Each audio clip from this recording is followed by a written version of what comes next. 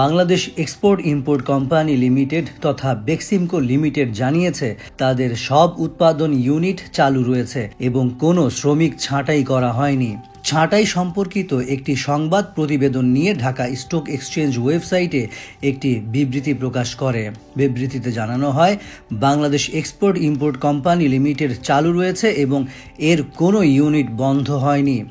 সংবাদে যে 15টি পোশাক ইউনিট বন্ধ হওয়ার কথা বলা হয়েছে সেগুলো বাংলাদেশ এক্সপোর্ট ইম্পোর্ট কোম্পানি লিমিটেডের প্রতিষ্ঠান নয়। 2 স্টক এক্সচেঞ্জেই তালিকাভুক্ত বেক্সিমকো লিমিটেড বেক্সিমকো গ্রুপের বৃহত্তম প্রতিষ্ঠান।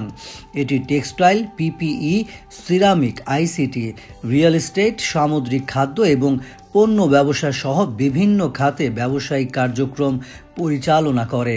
টেক্সটাইল বিভাগ বেক্সিমকোর সবচেয়ে বড়।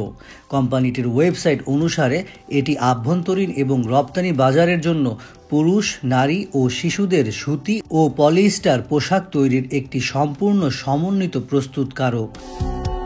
গাজীপুর ইন্ডাস্ট্রিয়াল পার্কে গ্রুপের 16টি পোশাক কারখানা থেকে 30,000 কর্মীকে ছাঁটাই করা হয়েছে। ছাঁটাইয়ের কারণ হলো ক্রয়াদেশ কমে যাওয়া এবং আওয়ামী লীগ সরকারের পতনের পর নতুন অন্তর্বর্তী সরকারের দিক থেকে প্রয়োজনীয় ব্যাংকিং সহায়তার অভাব। নিয়ম অনুযায়ী ছাঁটাই হওয়া কর্মীরা 45 দিনের জন্য তাদের মূল বেতন এবং ভাতার অর্ধেক পাবেন।